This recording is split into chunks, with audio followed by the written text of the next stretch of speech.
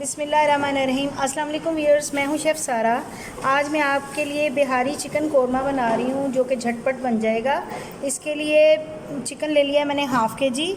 उसके अलावा इसमें मैंने 1 कप दही का ले लिया है और ब्लेंडर में मैंने 2 टमाटर, 4 से 5 हरी मिर्ची और 1 टेबल स्पून लहसुन अदरक का पेस्ट और 2 प्याज दरमियाने साइज़ के मैंने गोल्डन करके वो इसके अंदर ब्लेंड बना लिया हुआ।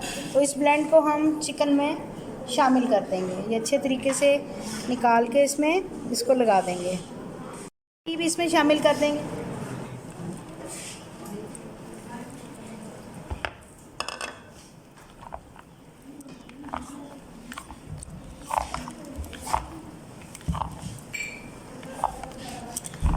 जी, इसके अलावा जो मसाला जात जाएंगे, इसमें थोड़ी सी कुटी मिर्च जा रही है।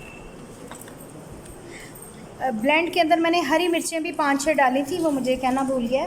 हरी मिर्चें भी थी इसमें, थोड़ी सी काली मिर्च, हल्दी,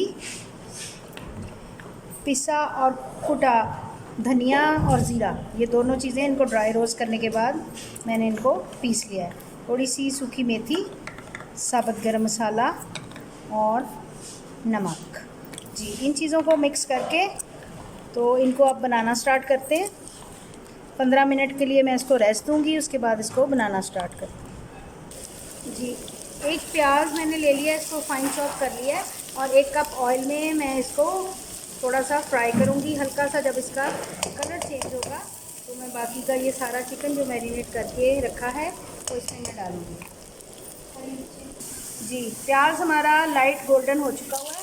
अब इसमें 6 से 7 हरी मिर्चें डालेंगे। ये बिल्कुल फ्रेश हमने अपने किचन गार्डन से उतारी हैं और इनका फ्लेवर और इनकी खुशबू बहुत अच्छी है। तो ये सारा मैरिनेटेड चिकन हम इसमें डालेंगे और इसको हम थोड़ी देर पकाएंगे दम पे ताकि ये गल जाए अच्छे तरीके से। तो ये मैं थोड़ी देर 15 मिनट के लिए दम पे रख रही हूँ, उसके बाद मैं आपसे दोबारा मिलूँ। जी, ये 10 मिनट मैंने दम पे रखा है चेक करने के लिए कि गोश्त गल गया है कि नहीं, लेकिन इसको 5 से 6 मिनट मज़ीद मैं दम पे रखूँगी। थोड़ी देर के बाद आपसे